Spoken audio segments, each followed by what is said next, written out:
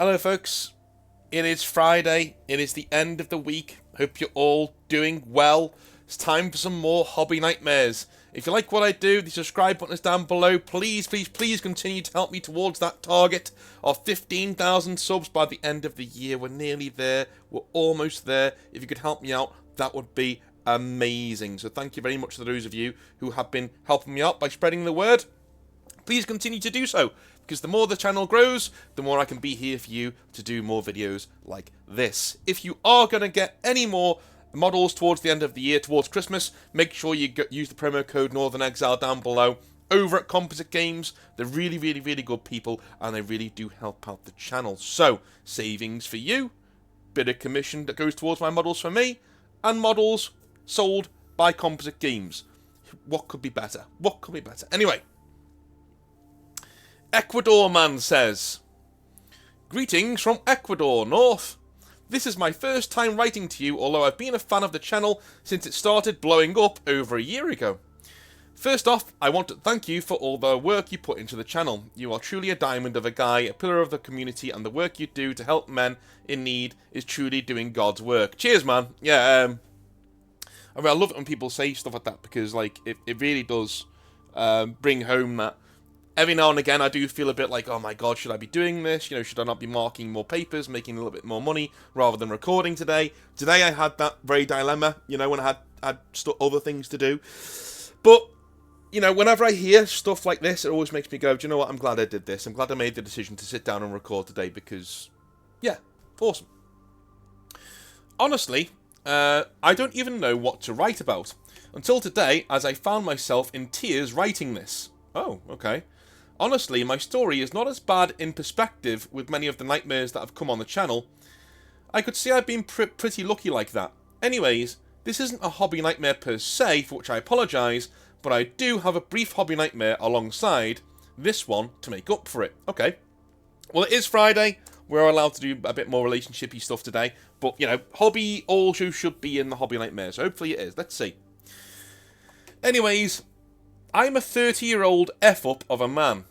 I failed my first university career due to a horrible toxic relationship that stole 5 years away from me and left me an insecure, depressive mess. My current career is not faring much better, though I haven't flunked any classes and I'm one semester and grad paper away from graduating as a historian. Good guy, good lad. More history teachers, please. That would be great. I'd love that. More history teachers would be brilliant. That's what we want around here. Nevertheless, the pandemic hit me like a truck. As I was getting better and finishing my career, I should have graduated 3 years ago, yet here I am, forced to take remedials I cannot afford to make up for lost time. I've been seeing a psychologist and psychiatrist for a while, but they haven't really been able to help me get motivated. I must also mention, I consume copious amounts of weed. Though I tried to quit several times, I've never been able to, and I know this is a heavy factor in my depression. Right, so, yeah. This is something that people say to me all the time. They're like, well, therapy doesn't work for me. I'm like, well, are you on drugs? Oh, yeah. Well then, you know, there's a very big reason why. You're chemically altering your brain. What do you want these guys to do? They don't have a magic wand. You know what I mean? Don't get me wrong. There are bad therapists out there. I've met a fair few of them. There are loads of really bad therapists out there who you shouldn't be wasting your time with. But even good ones, if you're self-medicating, even good ones won't be able to help you, dude. Because your brain isn't your brain. It's a prisoner to the drugs you take. You know, you're not on an even keel. This is why I've always resisted going on meds for anything. I don't want to, you know, scribble my brain around. I mean, obviously I'll do like antibiotics and stuff, but anything else, no, just no. I try not to, and that's the reason why. Because I'm on an even keel now. I know if I go to therapy now, we're working with my actual brain. There's no filter between my brain and me. You know. Anyway, sometimes you got to feel the pain, dude. Sometimes you got to feel the pain to work past it. Stop dulling it with chemical stuff and actually go to therapy honestly with no drugs in your system. That's the only way you're going to get better. Alright? Cool. It was during the pandemic that I met her, and yes, North, this is about a woman. It's always about a woman. I'll call her Meg, as we met in a Greek mythology class and she dressed up as Megara one day for a presentation. Oh, I can... Is that the one from... do you mean Megara from Hercules? Like, as in that Megara? Or do you mean, like, you know, actually wearing like, robes and stuff? I don't know. At first, I had another girlfriend, but a few months into the semester, she broke up with me when a friend of hers saw me walking around with a female friend of mine and thought I was cheating. When that happened, I said, you know what, screw it, and shot my shot with Meg. We hit it off instantly and started dating pretty regularly. Hey man, you've got it, cool. We dated for about 2 years on and off, as she would randomly break up with me for not wanting to see her, despite me sucking up to 3 hours of travel whenever I went to see her, and her cancelling our plans at the last minute constantly. After the first year, Meg had a serious depressive episode and tried to do the unspeakable. Oh no. Fortunately, her family found her on time and put her in a clinic for a few months. I went every week to visit her as she was my everything. With her, I felt like I had a reason to try and get better. I wanted her to be her rock, and so I tried to quit the weed, but when she broke up with me for a third time, I relapsed and haven't been able to pick myself up back together again. During our breakups, it was common for her to go out with her male friends, even knowing full well that they had sexual intentions with her. Every time we got back together, she claimed she didn't do anything whilst we were away. Okay, dude, yeah, there's only so much of a chump you can be. And honestly, I'd like to believe her, but after our last breakup and the things that have happened in the last few weeks, I wouldn't be surprised to find out she had done stuff behind my back, even though we were on a bit of a break at the time. One of said breakups happened because her best friend started looking me up online and talking to my ex-girlfriends, eventually talking to the woman who ruined my first career, who told them I had tried to choke her to death, which was a complete lie. Nevertheless, Meg got scared and broke up with me because of that. This is one of the worst. It's conniving, interfering female friends. Here's the thing, guys, right? If you meet a woman who's really cool and her friends are pieces of shit, who like to stir up trouble, there is a time when you literally have to say, listen, it's me or them, because I'm not living like this. I'm not living like this. You are my everything. You're what I want. I want to have kids with you. I want to do all this. But I can't bring up kids. I can't marry a woman who's going to introduce this amount of stress into my life because I never know what's coming next. So either fuck them off or leave. That's it. Fuck them off or leave. Get new friends, bitch. Get new friends. This is the nuclear response, by the way. This is not you shouldn't normally have this response to a woman having mates. Even if her mates are a bit of a pain in the arse, suck it up and put up with it, you know what I mean? Because you can't really dictate who gets to see who and when. But if they're conniving like this, and they're going out of their way to try and ruin your relationship, that's when the healthy thing to do is to say, fuck them off or leave. That's what you do. Anyway. By the way, dude, if you're pretty sure that she's hanging around with friends, I've seen several red flags here. If she's hanging around with male friends, quote unquote, dump her. I don't give a shit. I do not give a shit if she's listen, my missus has male friends. She would never, ever, ever go out with her male friends on her own. Ever.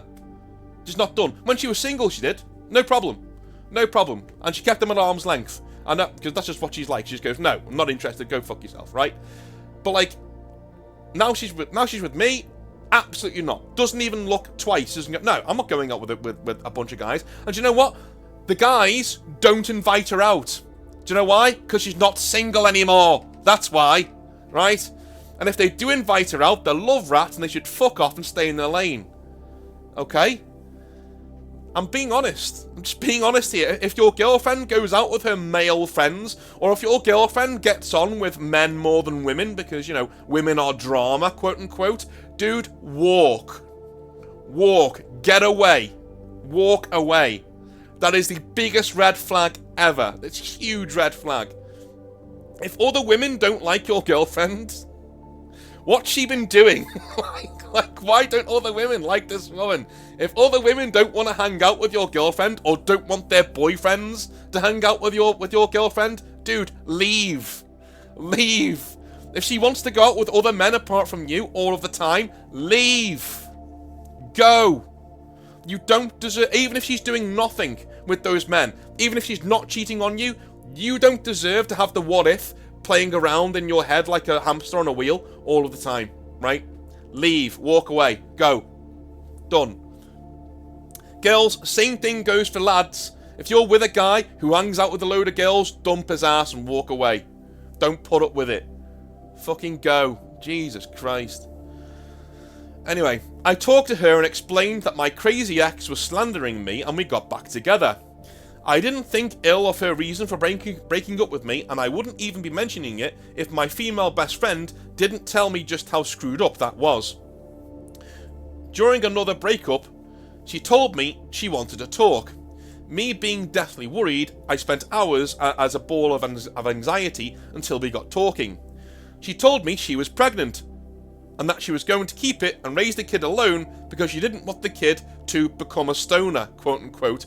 And I'm not going to lie, man, that shit cut me very deep when she said it. Well, first of all, you need to know whether that kid's yours or not. That's just from what you've told me. Because I'm not sure it is. From what you've told me, I'm not sure that's your kid, dude. So, you know, get a test. If she comes back looking for money, get a test. I'm serious. If she comes back looking for money, get a test. That doesn't seem right to me.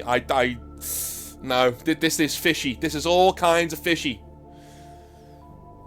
Then, during the same conversation, she turned around and said she wasn't actually pregnant and she just wanted to break up with me. Dude, what? Then why are we, me and you, right now, having this conversation? Right? The minute she does something like this, you are off the hook for feeling bad about anything to do with this relationship, bar beating on her and abusing her. Right? Anything that you did in this relationship, just walk away. This woman is a piece of shit. She's a piece of shit. Just walk away. You're off the hook, dude. I don't know what to tell you. I don't know why we're having this conversation. You could have led with this. Could have led with the fact that she made up a pregnancy just to see your reaction. Dude, get her in the fucking bin. And walk away. She made up a pregnancy, told me I'd make a shit dad, and broke up with me in the lapse of a single 20-minute phone call. It's not even face to face. What do you do? Why are we... Just leave. Just leave. 3 months ago, Meg broke up with me again. You got back together with her? Claiming that nothing had changed since our last breakup and that I didn't seem to care about her. Dude, I'm gonna fuck it. I've not been this fucking angry since the Pirate King video. I'm starting to lose my fucking shit here. You got back with this person and then you have the gall to cry about being hurt? Do you know what I mean? I'm sorry, man. Tough love. Tough love. It's time for tough love. Dude, you were given every single sign in the book saying, stay far away. Stay far away. Even if you're in love with this person, that would shatter your... You should just walk away. It doesn't matter how in love you are. This is not something that a logical person does. This is not something that anybody would do. Okay? You keep crying that this woman breaks up with you, and then you go back again.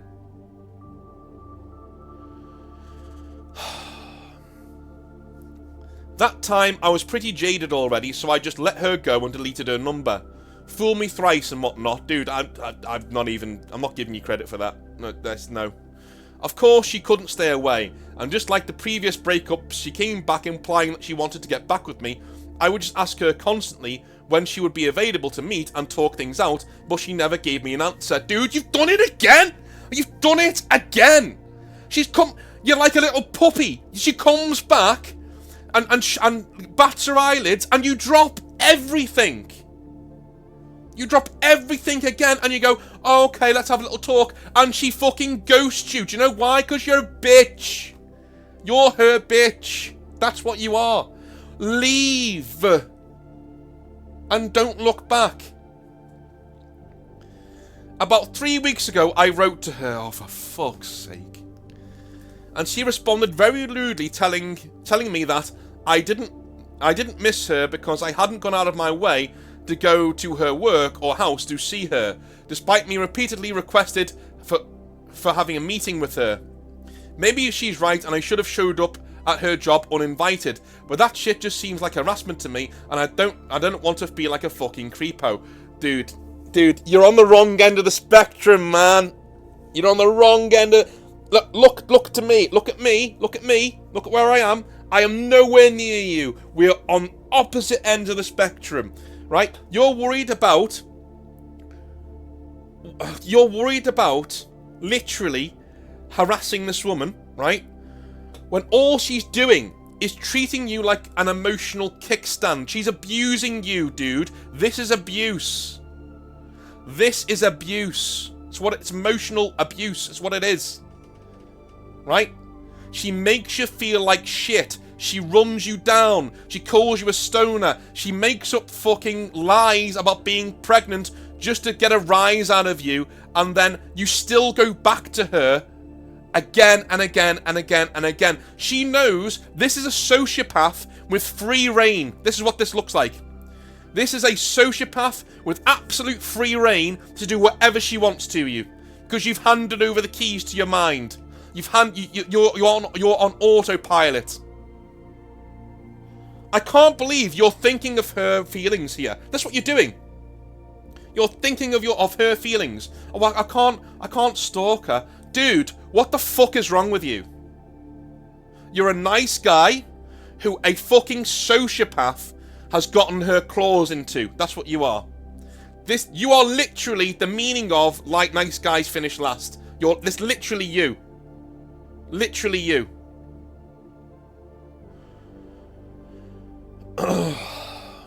Right. So, where was I? I've oh my god.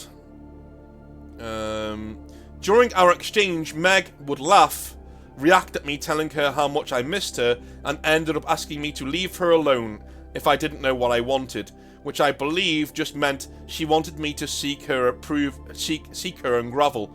Dude, you've been groveling this entire time. Why would she not expect you to grovel? You've been doing it this entire time. Despite all of my friends' warnings not to seek her out, I did go and meet her. Despite all of my warnings from my friends. Yeah, all the friends who have fucking brains, mate. Despite all of my friends' warnings not to seek her out, I did go and meet her after class in university, to which she told me she was expecting me to show up and wanted to meet up next week to talk.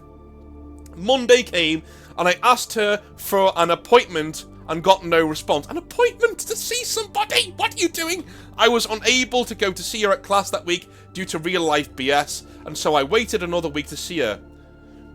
I bet you that real-life BS that you're discussing there was your friends wanting to hang out with you, and you've blown them off with this bitch. Fast forward to today. I'm not going to read this much longer. I'm gonna put my head through a fucking wall. Fast forward to today. I went to see her and got her a nice sunflower bouquet. Fuck it on. Fuck you doing? Fucking. What are you doing? There's no hobby here. I want to chill out with some hobby. You fucking. When I arrived at campus, I asked her if she was still there. She responded with her location. I ran to see her and climbed 3 flights of stairs, of course you did, not bad, to catch her on her way down. And well, North, let's just say I did catch her, as I saw her walking down the stairs, holding hands with some dude. Of course she is. Dude, why are you surprised? She said hello, mentioned how she had to go, and left with her new boyfriend. Dude, you deserve this. I'm sorry. I'm so sorry I have to say this to you. I'm so sorry. For the first time ever on these Hobby Nightmares, I have to say it. You deserve this. You deserve this. You've been given every warning. Every single warning in the book, multiple times. This woman has treated you like a fucking doormat. She has abused you. Completely abused you.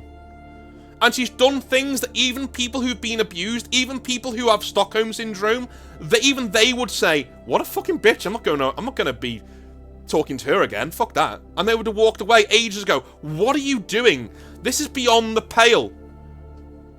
This is beyond the pale. I'm really sorry, man, but I can't have sympathy for you here. You were given every out. You were given every single out. This woman took the piss out of you completely. And I know people who've been abused in relationships before. I myself have been through the ringer a few times. And nearly all of them, the minute these red flags started coming up, the minute she started acting in a toxic way, they would have left. They would have left.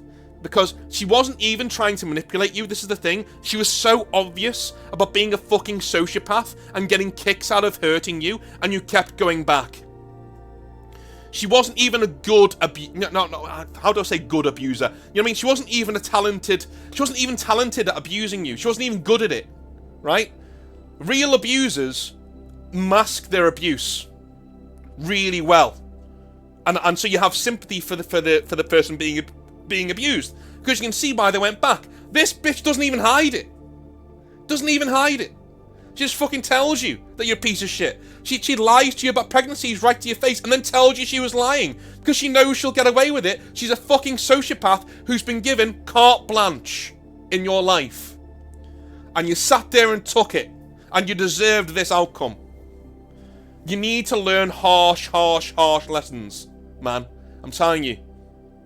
Take that pain that's in your chest, right? Acknowledge it, recognize you fucked up, and move on, right? I felt absolutely crushed, to say the least. I felt so humiliated having to hide the flowers behind my back so she wouldn't see them. She saw them, dude. You can't hide things like that. Pretending to go up a few more flights of stairs so they didn't see them. They'd think it was for somebody else, I guess. I just wanted to crumble right there and cry, but I pushed myself back home. I ended up giving the bouquet to my apartment building's handyman so he would give them to his wife. It'd been a shame for such a nice bouquet to go to waste, though. Are you thinking about bouquets? I guess I'm writing to you with twofold intentions. First, to vent, but also to ask for advice. I know I should be angry at her, but to be honest, I am a bit. But my heart is aching terribly, and every little gesture of love or gift from her that I see or remember makes me want to go back. Are you fucking dare? Are you fucking dare? How much are flights to Ecuador, man? I'm fucking looking now. I'm not fucking having this. Manchester to Ecuador. Flights. £1,000? Fuck that shit. I don't like it that much. But I swear to God, don't you fucking dare. Don't you fucking dare. If I find that you have picked up that phone and gone back to this woman again, I swear to God, I will find you. I will find you. I have reach. I can get people there. They will put you in a box and they will ship you to somewhere to get therapy. And when you are there, they will emotionally beat you back into shape. And when you return, you will have a spine. And you'll act like a man. And you'll get on with your life. And you'll stop thinking about fucking whores like this. Okay? If I find that you've sent a text to this woman, okay, I will be very displeased. Very displeased. He says, honestly, I don't think I'm going back now. Not after what happened today, but how can I make my emotional side of my brain understand what the logical side is trying to tell him? Thank you, North, for reading this. I know it was a bit of a rant, but I really needed to get this off my chest, and I've been wanting to send something to the channel for ages. Listen, first of all, this wouldn't have been an easy listen for you, being a fan. And I fully appreciate you being a fan and being here, but also, This is the first time in a good while, my friend, that I've had to literally say that I don't have any sympathy. This is the first time I've ever had to say that. I'm really sorry that this happened to you, and I'm really sorry that your brain somehow didn't want to take in any of the 19 million signs you were given that this woman was no good, and you decided to get on with it. I've not been this angry since Pirate King, and that he wasn't as bad as this. He wasn't as bad as this because he was recognizing the toxicity of his partner's behavior. He wasn't as bad as this, like nowhere near. Like you are literally besotted with a fucking sociopath who has abused and used you emotionally as a doormat. As a doormat. You can't go back anyway. She's got a boyfriend. Listen. Even if she comes back into your life, even if she tries to do things, listen to your friends. I can't believe your friends told you to leave it alone and you went back anyway. I can't believe that. I cannot believe somebody would be this naive. Okay? Okay? As I said before, even people who've been abused in relationships, who have had Stockholm Syndrome before with their abusers, even they would look at this obvious manipulation and shitty behaviour and abusive behaviour and go, fuck that, I'm out. This woman's an abuser, and she's not even very good at it. She doesn't even bother to hide it. Do you know why she doesn't bother to hide it? Because she knows you're not going anywhere. She knows you're always going to be there. She knows you're there to abuse. And do you know what? When the guy that she's with now dumps her, because he won't put up with her shit, right? And she's heartbroken, guess what she's going to do? Try and get back with him. When that doesn't work, she'll come racing back to you. She will. Not because she likes you, because you're a fucking doormat and you'll do exactly what she says. And then when she's tired of playing with her food, she'll dump you again in the most painful way that she can, because hurting you gets her off. If you're up for that, go back. Fine. You get what you deserve. Okay? If you're for that, fine. Go back. You get what you deserve. Hopefully this is the kick in the fucking arse you needed. Because, I'll be honest, I've never been that angry before for a long time in one of these hobby nightmares. I swear to God. I swear to fucking God, dude. Honestly. Moving on. Let me have a sip of tea. By the way, feel free to email me. If you need someone just to tell you, don't do that. Email me. And, by the way, come onto the Discord. Own up to it. Come onto the Discord and tell people who you are and let them browbeat you into the right fucking behaviours. Alright? There are dudes on there who will set you straight, mate. Definitely. In a nice way. In a nice way. They will rebuild you. They'll be like the fucking $1 million man. You'll be rebuilt. And if you can't do that, email me and say, look, this is what I'm going to do, blah, blah, blah. Put a plan in motion, alright? But don't just fucking go back to her. I swear to God. Alright, moving on. Paladin says, hey North, avid Grey Knight player here. Looking to regale you with a tale both tragic and infuriating that revolves around my local hobby group. Okay, no worries, man. Well, Grey Knight, man of culture, good lad. Really, it is a large group of friends that got together in university to play tabletop games and never really looked back.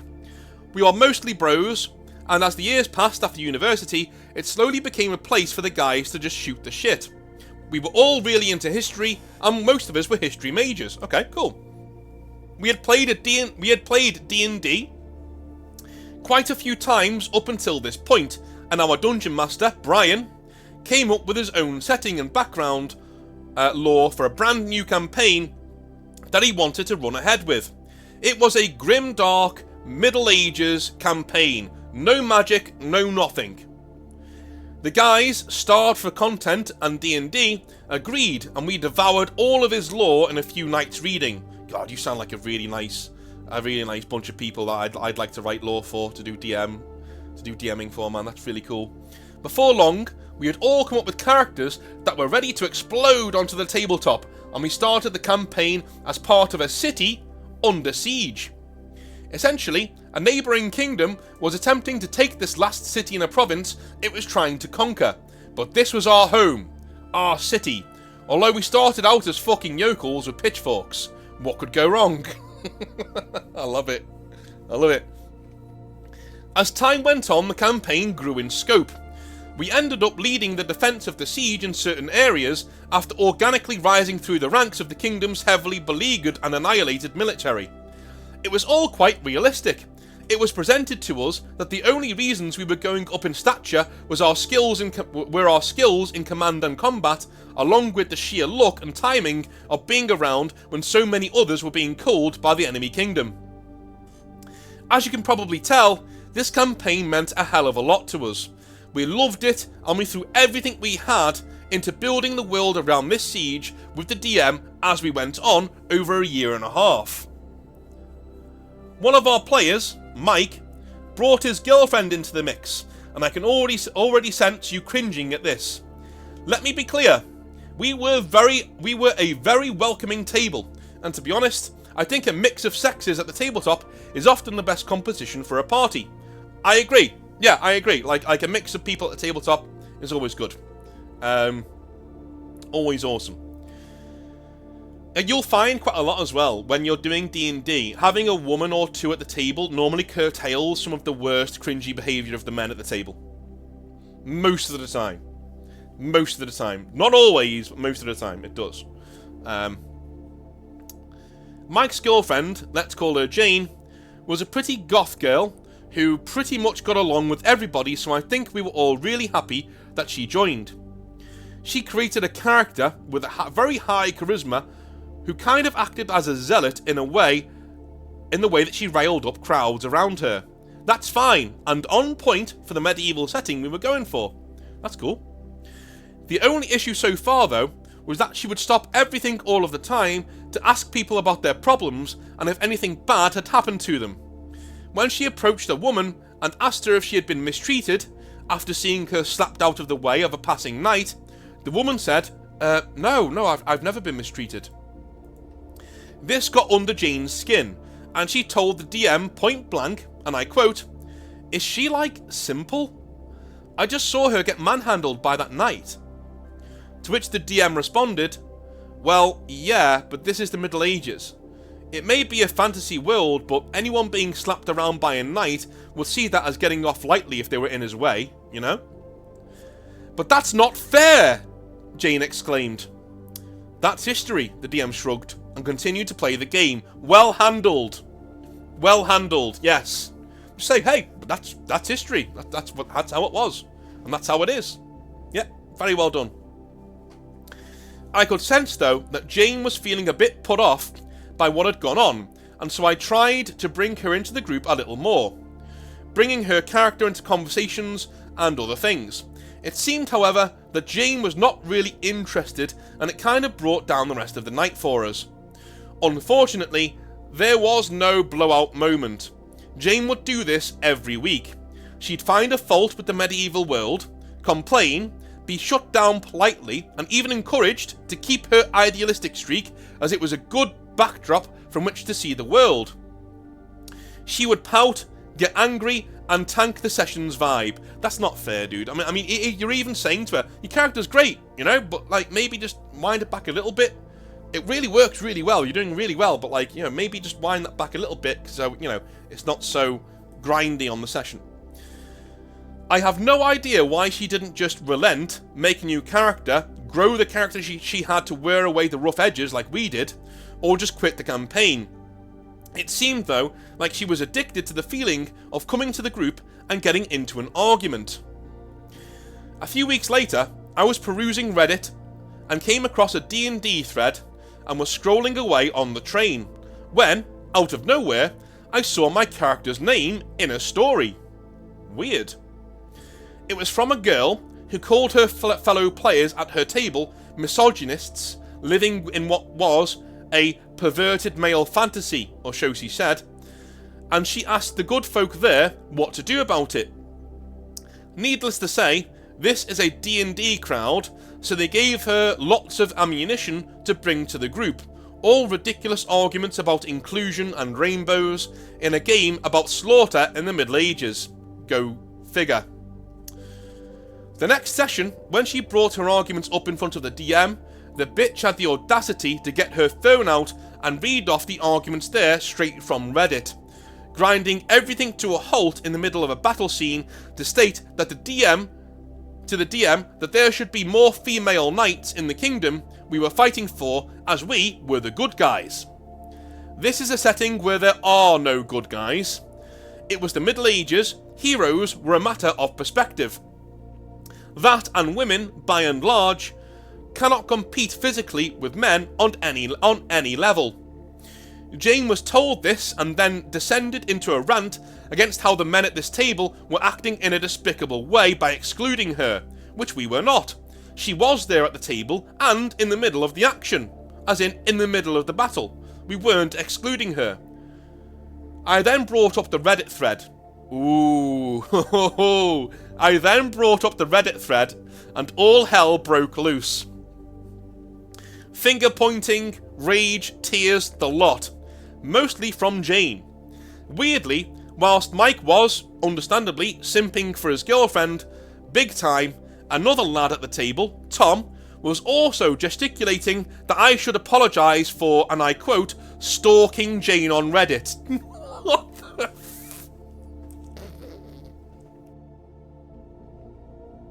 Oh dear.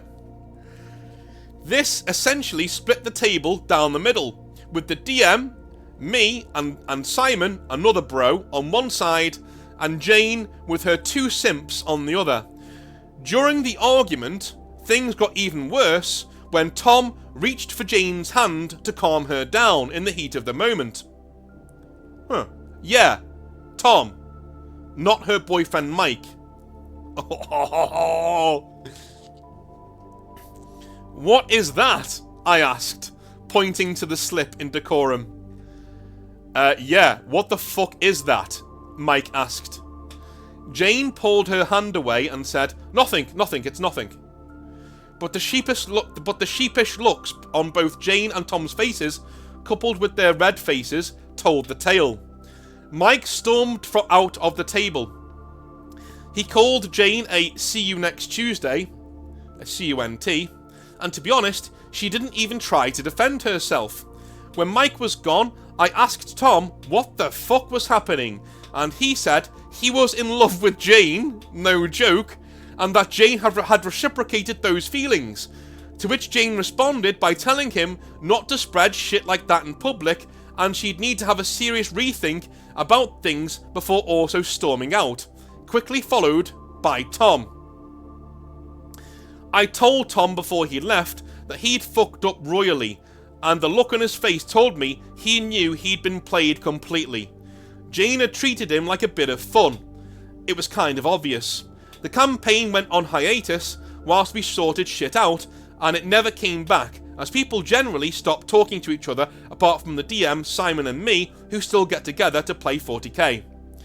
This is the sad end of the best D&D campaign I've ever been a part of. Fucking sigh. Cheers North, Paladin. That's a tragic end to a story, if ever there was one, dude. Oh my days. Oh my days. Ugh. I'm really sorry. This episode has been a bit of a shitter on women, hasn't it? I'm really sorry about that. You know, stop acting like bitches then. Like that's my retake on that. Stop being assholes, and then you won't be, you know, in so many hobby nightmares as the enemy. But again, one thing I will say, the vast majority of women in the hobby do a fucking good job of you know, not just being good gamers, but you know, being around and being there and making sure that, you know, we've got a diverse group of people playing the game in the hobby. That's not a bad thing. You know, in no way, shape or form is that a bad thing to have a diverse group of people playing the hobby. It's only a bad thing when those people act in really toxic ways and then hide behind that diversity to, you know, do bad behaviour all of the time. That's the problem. That's the issue, you know. So that's where we are. Again, women, more than welcome in the hobby. Everybody's welcome in the hobby. I say it all the time. Everybody's bloody welcome, as long as you're nice and you're good. The people we've been seeing today haven't been nice and good. they've been frustrating assholes, regardless of their sex or you know, orientation or whatever.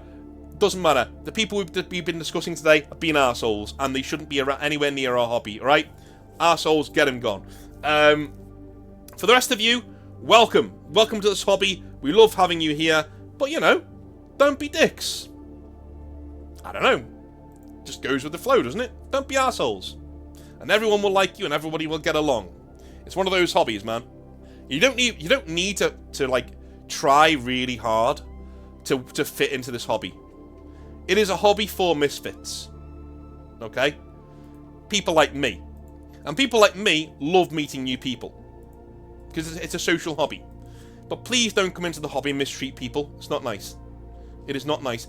And the amount of people that I know who come into this hobby and they see easy targets. Not for me, dude. Not when I'm around, you don't. I look after those people. I've got the back of those people.